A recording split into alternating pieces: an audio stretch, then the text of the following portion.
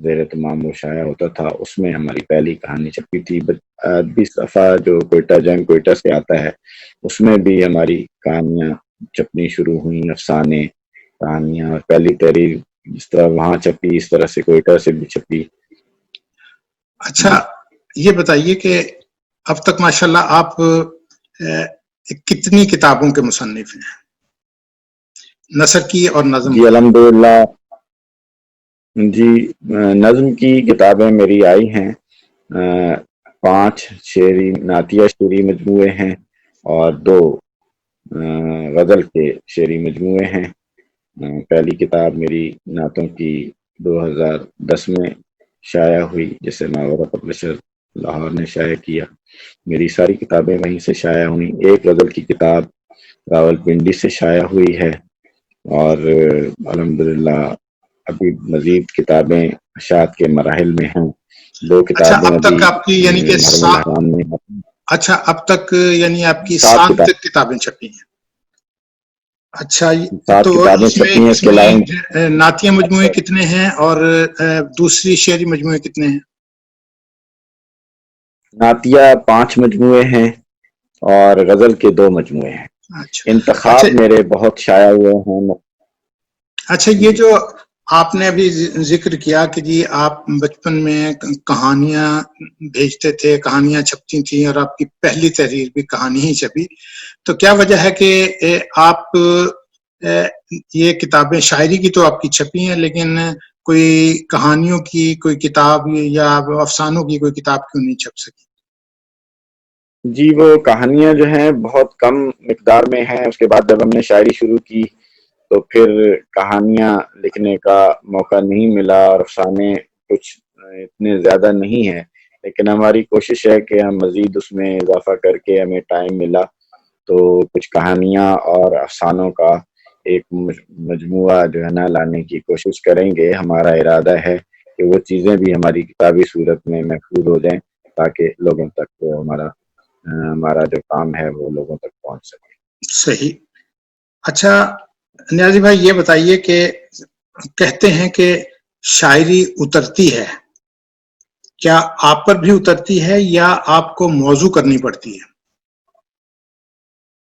یہ آمد ہے الحمدللہ یا؟ شاعری آپ نے نہیں، آمد بھی ہے اور آورد بھی ہے۔ بعض اوقات ہمیں لکھنے کے لیے کوشش کرنی پڑتی ہے، اور بعض اوقات جو ہے نا اللہ تعالیٰ کی طرف سے جو عطا ہوتی ہے شاعری، تو وہ جو ہے نا اسے ہم آمد کہتے ہیں، اور کئی جگہوں پر فوراً جسے لکھنے کو کہا جاتا ہے اس میں بھی آمد کا سلسلہ ہوتا ہے، لیکن کوشش جو ہے آورد کی بھی ہوتی ہے، لیکن زیادہ تر کوشش جو ہے زیادہ جو عطا ہے وہ آمد ہی ہے۔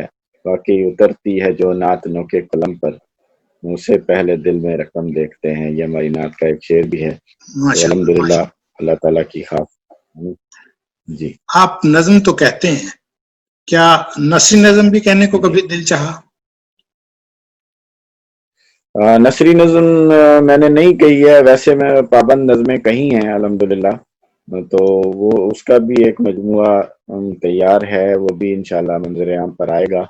تو نظمیں ہم نے کم کہی ہیں، شخصی نظمیں بھی کہی ہیں، مختلف جتنی بھی اصناف ہیں شاعری کی سب میں ہم نے طبع آزمائی کی ہے، کوشش کی ہے اللہ تعالیٰ کی مہربانی سے۔ تو تمام یعنی ہائیکو میں بھی ہمارا کلام ہے، ہائیکو بھی ہے، نظم بھی ہے، مناقب و سلام بھی ہیں، اور حمد و نعت بھی ہے، غزل بھی ہے۔ یہ جو سلسلہ جاری ہے۔ دو شعری مجموعے ہیں نعتیہ مجموعوں کے علاوہ، یہ صرف جی غزل کے مجموعے ہیں یا غزل اور نظم دونوں کے مجموعے ہیں؟ جی نہیں، اس میں نظمیں بھی ہیں لیکن کم ہیں، لیکن نظمیں ہیں اس میں، کچھ شخصی نظمیں ہیں، کچھ ویسے آزاد نظمیں ہیں، لیکن نظمیں اس میں شامل ہیں دونوں میں۔ اچھا، جب شعر آپ پر وارد ہوتا ہے اس وقت جو کیفیت شاعر پر طاری ہوتی ہے وہ اہم ہے یا شعر کی کرافٹ بھی ضروری ہے؟ دونوں چیزیں اہم ہیں جی، جو کیفیت ہوتی ہے وہ تو بیان سے قاصر ہے، وہ تو معلوم نہیں ہوتا کہ اللہ تعالیٰ کی طرف سے جب جو چیز عطا ہو رہی ہوتی ہے، اور پھر سے جو ہے نا موضوع کیا جاتا ہے، اللہ تعالیٰ کی طرف سے ہی دونوں چیزیں میں سمجھتا ہوں کہ ضروری ہے۔ آپ نظم اور غزل دونوں میں طبع آزمائی کرتے ہیں، کس نظم میں آسانی سے شعر کہہ لیتے ہیں؟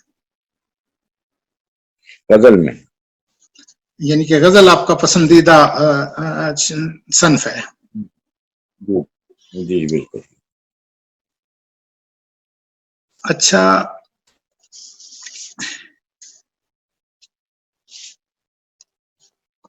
بڑی شاعری کے لوازمات کے حوالے سے ٹی ایس ایلیٹ کا کہنا ہے کہ فکر اور احساس کے امتزاج سے بات جو ہے وہ اچھی شاعری جنم لیتی ہے۔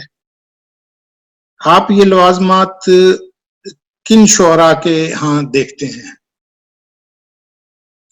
بہت سے شعراء ہیں سر، بہت سارے سینئر شعراء بھی ہیں اور جدید شعراء بھی ہیں، نئے شاعر بھی ہیں، نوجوان شاعر بھی ہیں، ان میں ماشاءاللہ یہ ساری چیزیں پائی جاتی ہیں اور ہم ان سے سیکھتے رہے ہیں اور سیکھ رہے ہیں۔ اچھا یہ بتائیے کہ شاعری میں آپ کس سے متاثر ہیں؟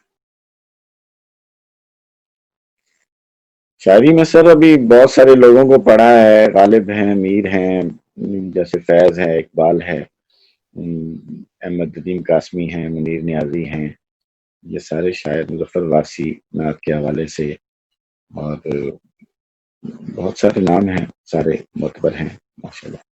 یہ تو پڑھے ہیں آپ نے ماشاءاللہ، لیکن ایک یہ ہوتا ہے کہ کسی کی شاعری سے آپ متاثر بھی ہوتے ہیں، اور متاثر ہونے کا عمل یہ ہوتا ہے کہ آپ کی شاعری میں ان کا عکس بھی کہیں کہیں نظر آنا شروع ہو جاتا ہے۔ تو میں نے اس حوالے سے پوچھا تھا کہ کیا آپ کسی سے متاثر ہیں؟ غزل کی شاعری میں منیر نیازی سے بہت متاثر ہوں، اور نعتیہ سے مظفر واسی ہیں، اور اعلیٰ حضرت احمد رضا خان بریلوی ہیں، سید ریاض الدین سہروردی ہیں، اور بہت سے شاعر ہیں ماشاءاللہ۔ صحیح۔ اچھا، غزل اور جدید اردو غزل کے بارے میں آپ کی کیا رائے ہے؟ غزل جو ہے، جو جدید غزل ہے اس میں تھوڑی سی انفرادیت ہے، باقی قدیم غزل بھی اپنے اعتبار سے بہت عمدہ طریقے سے کہی جاتی رہی ہے، اور آج جدید غزل جو ہے نوجوان نسل کی آسانی کے لیے جو ہے نا اس جدید غزل کو جو ہے نا اہمیت حاصل ہے، جو ہمارے نئے شاعروں میں پائی جاتی ہے، جو ایک اچھا عمل کہلاتا ہے۔ اچھا نئے صاحب، اس سے پہلے کہ ہم آگے چلیں، کوئی غزل عنایت کیجیے تاکہ ہم اس کے بعد جو ہے اپنے اگلے پڑاؤ پہ کی طرف چلیں۔ جی ٹھیک ہے، بہت شکریہ۔ یہ ہمارا شعری مجموعہ ہے، تمہیں اپنا بنانا ہے، اس میں غزل شامل ہے، اس کے چند اشعار آپ کی خدمت میں پیش کروں گا۔ جی ارشاد۔ گفتگو کرنے کی تیاری نہیں کرنی، کچھ اس سے گفتگو کرنے کی تیاری نہیں کرنی، کہ دانستہ کوئی بھی کیفیت طاری نہیں کرنی، اور محبت کی کہانی میں اداکاری نہیں کرنی، کہ ہرگز بات کوئی غیر معیاری نہیں کرنی۔ شعر ہے کہ تماشا دیکھنے کو آئے ہیں ہم تو دکانوں کا، تماشا دیکھنے کو آئے ہیں ہم تو دکانوں کا، ہمیں بازار سے کوئی خریداری نہیں کرنی۔ جہاں تک ہو سکے، بہت شکریہ، جہاں تک ہو سکے محفوظ رکھنا ہے بھرم اپنا، کہ اپنے ہاتھ سے پامال خودداری نہیں کرنی۔ اور شعر دیکھیے کہ محبت کے سبھی اسباق ازبر ہیں ہمیں یارو، برائے امتحاں کوئی بھی تیاری نہیں کرنی، اور زبانوں لفظ پر رکھنا بہر صورت گرفت اپنی، زبانوں لفظ پر رکھنا بہر صورت گرفت اپنی، کہ محفل میں کسی کی بھی دل آزاری نہیں کرنی۔ نہیں کچھ فائدہ بے فیض لوگوں سے محبت کا، نہیں کچھ فائدہ بے فیض لوگوں سے محبت کا، ہمیں بنجر زمینوں میں شجرکاری نہیں کرنی. واہ اور لگتا ہے کہ ندیم اس طرح آ جاتی ہے، نہیں کچھ فائدہ بے فیض لوگوں سے محبت کا، ہمیں بنجر زمینوں میں شجرکاری نہیں کرنی. ندیم اس طرح آ جاتی ہے منزل موت کی اکثر، ندیم اس طرح آ جاتی ہے منزل موت کی اکثر، کبھی حد سے زیادہ تیز رفتاری نہیں کرنی، کچھ اس سے گفتگو کرنے کی تیاری نہیں کرنی، کہ دانستہ کوئی بھی کیفیت طاری نہیں کرنی. واہ ماشاء اللہ. یہی ہوا ہے تیری راہ سے گزرتے ہوئے کہ ہر قدم پہ گئے ہیں قدم ٹھہرتے ہوئے. رفیع الدین راز نے کہا ہے کہ ریاض ندیم نیازی نے مسلک عشق کا نظام بڑے غور سے پڑھا ہے. آپ نے صرف محبت کی شاعری کی ہے یا اپنے خطۂ ارض کی سنگلاخی کو، جہاں سورج کی کرن بھی نوک نشتر کی طرح لگتی ہے، کو بھی اپنی شاعری کا حصہ بنایا ہے؟ جی بالکل، ہم نے محبت کی شاعری بھی کی ہے، اور حالات کو مد نظر رکھتے ہوئے جو بھی واقعات اور حادثات ہوئے ہیں ہوتے رہتے ہیں ان کو بھی قلم بند کیا ہے. ویسے تو ساری شاعری محبت کی ہے، حقیقی محبت، مجازی محبت، انسانیت سے محبت، اللہ اس کے رسول سے محبت، یہ سارے محبتوں کے سلسلے ہیں جو قائم ہیں اور انشاءاللہ قائم رہیں گے. تو ہر طرح کا شعر ہماری شاعری میں آپ کو ملے گا جو محسوس ہوگا کہ واقعی یہ جو نوک نشتر کی بات کی ہے تو اس میں ڈھلا ہوا، اس میں گندھا ہوا آپ کو محسوس ہوگا وہ شعر. عشق کی سرشاری میں ثبات و نفی کے ادراک کی آگہی نے آپ کو عرفان ذات عطا کیا. یہی عرفان ذات آپ کو عشق نبی کی در پر کیسے لے گیا؟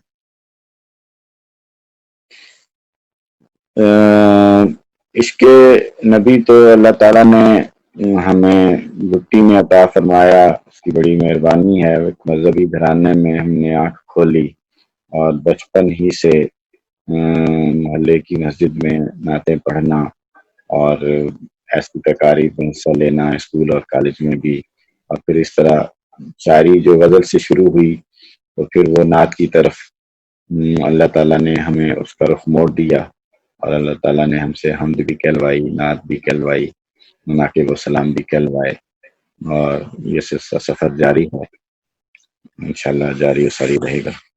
نیازی بھائی یہ بتائیے کہ آپ کی ایک کتاب ہے حسن زار حمد و نعت، اس میں آپ نے ایک ہی ردیف قافیے میں حمد بھی کہی ہے، نعت بھی کہی ہے، اور اسے ایک دوسرے کے سامنے جو ہے کتاب کے صفحات پر شائع کیا ہے. یہ منفرد خیال آپ کے ذہن میں اور یہ جو منفرد تجربہ ہے یہ اس سے پہلے کسی نے نہیں کیا، اس کا خیال آپ کو کیسے آیا؟ بس یہ بھی اللہ تعالیٰ کی عطا ہے. کتاب کا نام ہے چمن زار حمد و نعت.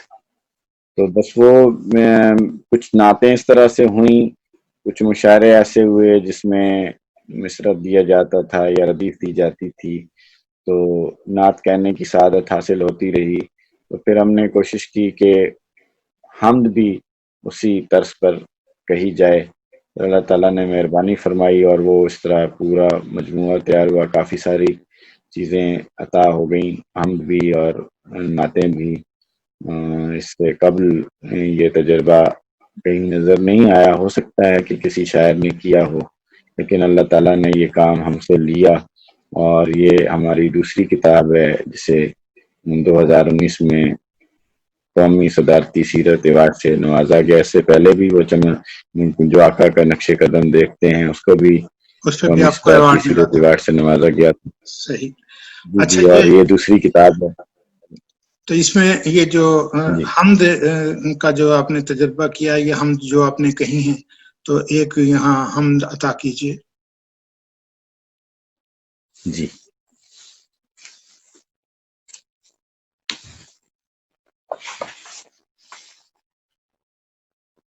مالک ہے وہی مجھ کو مالک ہے وہی بس حکم عبادت، بس مجھ کو مالک ہے وہی مجھ کو بس حکم عبادت ہے، واللہ حقیقت ہے۔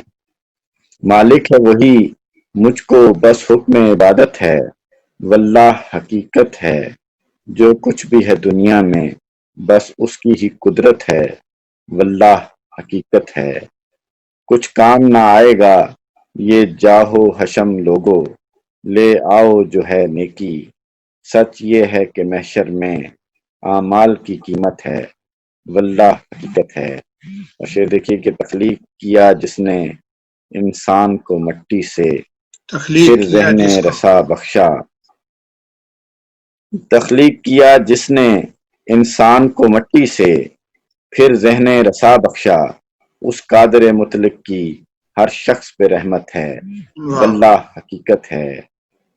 یہ جسم ہے مٹی کا جاں اس نے عطا کی ہے، احسان کیا ہم پر سمجھو کہ حیات اپنی، اللہ کی رحمت ہے، بس اس کی عنایت، واللہ حقیقت ہے۔ میں اس کی عبادت میں مشغول جو رہتا ہوں، احسان نہیں کرتا کچھ رب کو نہیں اس کی مجھ کو ہی ضرورت ہے، واللہ حقیقت ہے۔ اور کروں گا ایمان خدا پر ہو، آقا سے محبت ہو، دیدار کی چاہت ہو، کیا اور طلب کرنا، یہ سب ہی تو دولت ہے، واللہ حقیقت ہے۔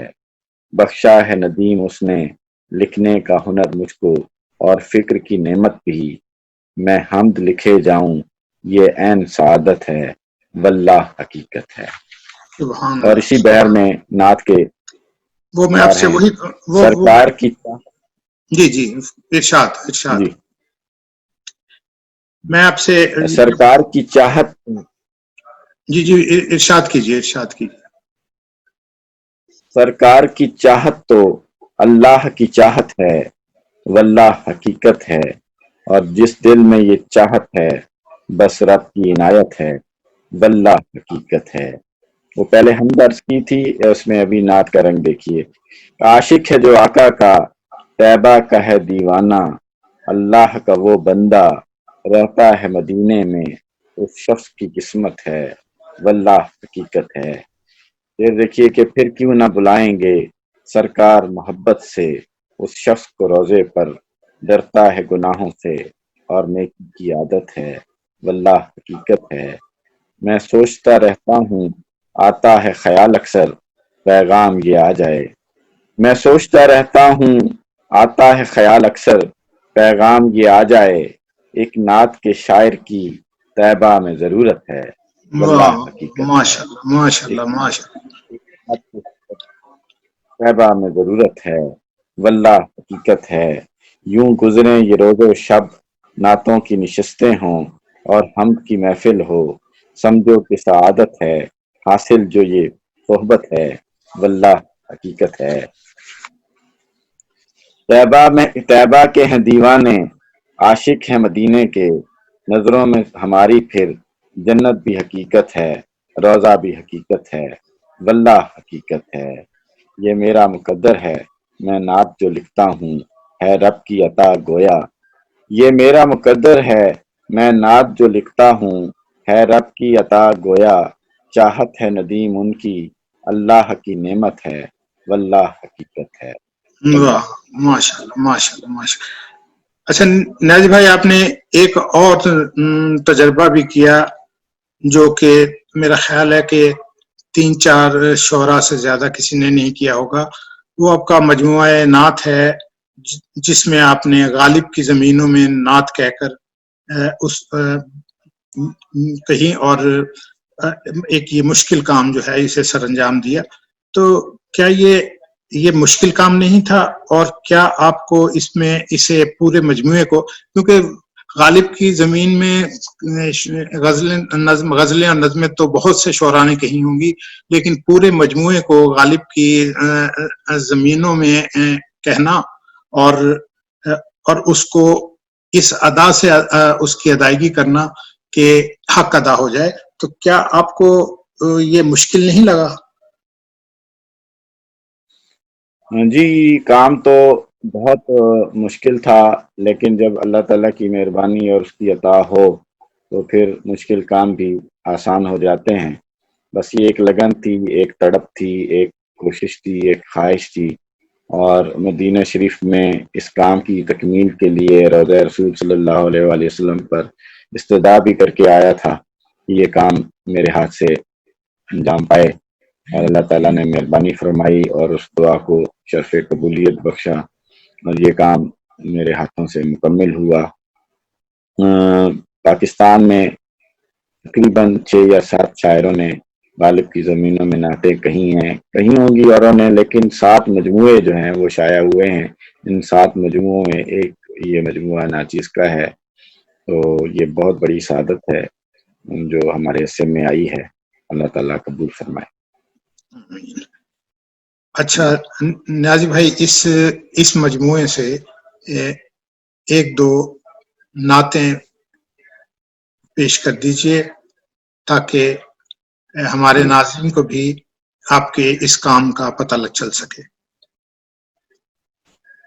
اس کتاب میں جتنی بھی نعتیں شامل ہیں، غالب کا ایک مصرع غزل کا مصرع اوپر دیا گیا ہے انڈر کاماز میں، تو اس بحر میں، اس زمین میں نعت کے اشعار ہوئے ہیں۔ ایک مشہور زمانہ غالب کا مصرع ہے، نقش فریادی ہے کس کی شوخی تحریر کا، اس زمین میں نعت کے اشعار ملاحظہ کیجیے کہ پوچھنا اعزاز کیا اس شخص کی تقدیر کا، پوچھنا اعزاز کیا اس شخص کی تقدیر کا، ہے بھکاری جو نبی کے عشق کی جاگیر کا، مست ہو جاتا ہے عشق مصطفیٰ سے جس کا دل، کھیل ہو جاتا ہے لانا اس کو جوئے شیر کا، واہ واہ بے خودی میں ماشاء اللہ ماشاء اللہ۔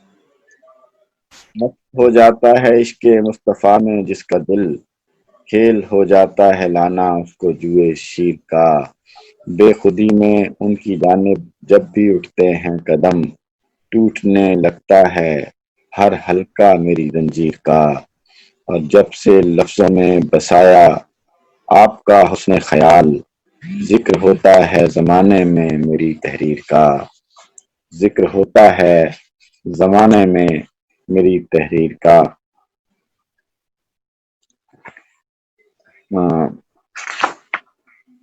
یک بیک ایک روشنی میرے رگو پے میں ہوئی، دفتن چمکا ستارہ جب میری تقدیر کا، واہ اور شعر دیکھیں کہ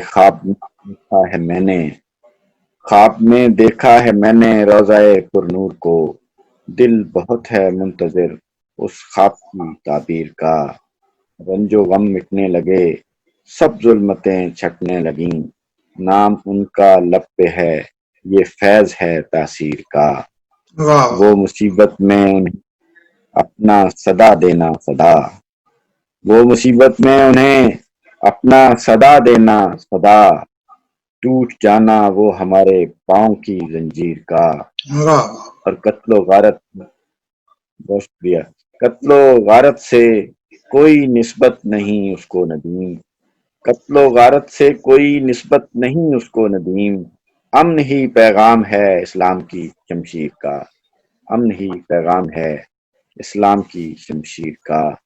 اور جو کتاب کا نام ہے جو آقا کا نقش قدم دیکھتے ہیں، یہ غالب کی غزل ہے، جہاں تیرا نقش قدم دیکھتے ہیں، خیاباں خیاباں ارم دیکھتے ہیں، جی جی بنا کر فقیروں کا ہم بیس غالب تماشائے اہل کرم دیکھتے ہیں۔ نعت کے اشعار عرض کر رہا ہوں۔ جو آقا کا نقش قدم دیکھتے ہیں، کہاں پھر وہ جاہو حشم دیکھتے ہیں، نہ دیکھا تھا جو حسن دنیا میں اب تک، مدینے میں جا کر وہ ہم دیکھتے ہیں، مدینے میں رہتی ہیں آنکھیں ہماری، مدینے کو ہم دم بدم دیکھتے ہیں، دیار نبی سے جو آتا ہے واپس اسے کس عقیدت سے ہم دیکھتے ہیں، کرم کے خزانے لٹاتے ہیں ان پر جو آنکھیں ندامت سے نم دیکھتے ہیں، جنہیں عشق سرکار سے ہو گیا ہے زمانے کی جانب وہ کم دیکھتے ہیں، اترتی ہے جو نعت نوکے قلم پر، اس سے پہلے دل میں رقم دیکھتے ہیں۔ ندیم اس خدا کی عنایت ہے مجھ پر، ندیم اس خدا کی ہے مجھ پر عنایت، تصور میں ان کا حرم دیکھتے ہیں، تصور میں ان کا حرم دیکھتے ہیں۔ اور ایک اور غالب کی چھوٹی بہر میں غزل ہے، دل ناداں تجھے ہوا کیا ہے، جی اس جی بہر میں نعت کے ساتھ بات یہ کہ قلب مومن کا مدعا کیا ہے، قلب مومن کا مدعا کیا ہے، حب سرکار کے سوا کیا ہے، واہ دل میں یاد حضور لب پہ ثنا، دل میں یاد حضور لب پہ ثنا، میرا دنیا سے رابطہ کیا واہ ہے فقط آرزو مدینہ، ہے فقط آرزو مدینے کی، اور ہونٹوں پہ التجا کیا ہے وہی جو نبی نے بتلایا، اور فرمودہ خدا کیا ہے، اور فرمودہ خدا کیا ہے۔ اور غالب کے مصرے پر گرہ لگائی ہے، غالب کا مصرع ہے، کاش پوچھیں کہ مدعا کیا ہے، روضہ پاک پر بلا کے مجھے، روضہ پاک پر بلا کے مجھے، کاش پوچھیں کہ مدعا کیا ہے۔ واہ اور غزل کے ایسے ایسے مصرے ہیں جو اس نے غزل میں استعمال کیے، اور اللہ تعالیٰ نے نعت کے مصروں میں ایسے اسے منتخب فرمایا جیسے یہ مصرے نعت ہی کے لیے کہے گئے ہیں، صحیح تو صحیح یہ سعادت کی بات ہے۔ روضہ اچھا، پاک پر بلا کے مجھے، روضہ پاک پہ بلا کے مجھے، روضہ پاک پر بلا کے مجھے، کاش پوچھیں کہ مدعا کیا ہے۔ اور یہ دوسرا شعر، اگلا شعر بھی گرہ لگائی ہے کہ علم قرآن نے دیا سارا، علم قرآن نے دیا سارا، ابر کیا چیز ہے ہوا کیا ہے، ہر زمانے کو ہے خبر اتنی، بے سہاروں کا آسرا کیا ہے، زندگی ہو بسر مدینے میں، اے ندیم اور مدعا کیا ہے۔ جی ماشاء سر۔ اللہ ماشاء اللہ۔ نیازی بھائی، یہ تو ہم ادب کی باتیں ہیں، رسول کی باتیں ہیں، اللہ کی باتیں ہیں جو دل کرتا ہے کہ سنتے رہیں، اور آپ پڑھتے رہیں اور ہم سنتے رہیں۔ اب ہم آتے ہیں دنیاوی باتوں کی طرف۔ تو یہ بتائیے کہ بلوچستان میں اردو ادب کی کیا کیفیات ہیں؟ اردو ادب کس طرح کا چل رہا ہے اور بلوچستان جی بلوچستان کی میں جو ہے، کیونکہ ہر علاقے کا اپنا ادب ہوتا ہے، اپنا کلچر کے اثرات ہوتے ہیں ادب کے اوپر۔ تو کس قسم کا ادب جو ہے وہ بلوچستان میں ہے، اور وہ قومی سطح پہ جو ہے وہ اس کی پذیرائی ہوتی ہے یا نہیں؟ جی، بلوچستان میں ادب کے فروغ کے لیے بہت کام کیا گیا ہے، کیا جا رہا ہے۔ بہت بڑے بڑے نام بلوچستان سے اس شعبے میں اللہ تعالیٰ نے ہمیں عطا کیے ہیں، اور وہ ملکی سطح پر اور بین الاقوامی سطح پر انہیں شہرت اور دوام بخشا گیا ہے۔ ان میں عطا شاد ہیں، منیر بادینی صاحب ہیں، نعت میں بڑے نام ہیں، میشر رسول نقوی ہیں، آغا صادق ہیں، اور موجودہ دور میں بھی بڑے بڑے نام خدمت کر رہے ہیں۔ بہت سی تنظیمیں ہیں ادبی جو ادب کے فروغ کے لیے کام کرتی رہی ہیں، کر رہی ہیں، لیکن کچھ عرصے سے یہ جب سے حالات کچھ صوبے کے دگرگوں ہوئے ہیں تو ادبی نشستیں بہت کم ہو گئی ہیں۔ پہلے یہاں پہ عالمی مشاعرے بھی ہوا کرتے تھے، بین الاقوامی سطح پر، قومی سطح پر مشاعروں اور ادبی نشستوں کا اہتمام ہوتا رہتا تھا۔ اب کچھ عرصے سے یہ جنوب طاری ہے، لیکن مقامی سطح پر ادب کی محفلیں جم رہی ہیں، اور مشاعرے وغیرہ لوکل سطح پر ہوتے ہیں، کوئٹہ میں بھی، سبی میں بھی، اور دیگر شہروں میں بھی، اپنے اپنے طور پر، اپنی اپنی وسعت کے مطابق، اپنی اپنی گنجائش کے مطابق سب لوگ اپنا حصہ ڈال رہے ہیں ادب کی خدمت میں۔ قومی سطح پر جس طرح پذیرائی ہونی چاہیے بلوچستان کے شعراء کی، اس طرح نہیں ہوئی یا نہیں ہو رہی۔ بس کوئٹہ مرکز ہے، مرکز سے دو چار نام ایسے ہیں جنہیں دوسرے صوبوں میں مدعو کیا جاتا ہے، لیکن دوسرے شہروں میں، چھوٹے شہروں میں کام کرنے والے ایسے شعراء رتبہ موجود ہیں، انہیں بھی ہماری درخواست ہے کہ انہیں بھی شامل کیا جائے، انہیں بھی بلایا جائے، بڑے مراکز میں، بڑے شہروں میں جہاں اس طرح کی محفلیں ہوتی ہیں اور دور دراز سے شعراء کرام آتے ہیں، انہیں بھی سیکھنے کا اور وہاں شمولیت کا موقع فراہم کیا جانا چاہیے۔ اچھا نیازی بھائی، یہ بتائیے کہ یہ جو اس وقت جو وبا چل رہی ہے، اس کی وجہ سے ظاہر ہے کہ لاک ڈاؤن موجود ہے، دوسری چیزیں موجود ہیں، تو جب یہ جو ایک نئی فضا اس وبا کے خاتمے کے بعد ادب کی کیا کیفیت ہوگی، کس طرح کا ادب جنریٹ ہوگا؟ جی، ادب اس وبا کی فضا میں تو تمام ایکٹیویٹیز جو ہیں وہ ختم ہو کر رہ گئی ہیں، نہ ہونے کے برابر ہیں۔ تو اس میں ظاہر ہے لکھنے والے تو وہ لکھتے ہیں، ظاہر ہے وہ لکھ رہے ہیں گھر میں بیٹھ کر بھی۔ نہیں، میں یہ نہیں پوچھ رہا، یہ تو ظاہر ہے کہ وہ گھروں میں موجود ہیں اور ان کے پاس ٹائم بھی زیادہ بن جاتا ہے اس لاک ڈاؤن کے نتیجے میں۔ میں یہ نہیں کہہ رہا، میں یہ کہہ رہا ہوں کہ جب یہ فضا ختم ہوگی تو اس وبا کے ادب پہ کیا اثرات رونما ہوں گے؟ کیا کوئی اس طرح کا نیا ادب کریٹ ہوگا جو جس میں اس کی پرکشن جو ہے وہ نظر آئے گی؟ بالکل نظر تو آئے گی، ظاہر عکس ملتا ہے ہر چیز کا، جو ہے کیا کہتے ہیں ایکشن کا ری ایکشن ہوتا ہے، اس طرح اس کے اثرات بھی شاعری پر، ادب پر مرتب ہوں گے ضرور۔ تو اس فضا کو اس میں شامل کیا جائے گا اپنی تحریروں میں۔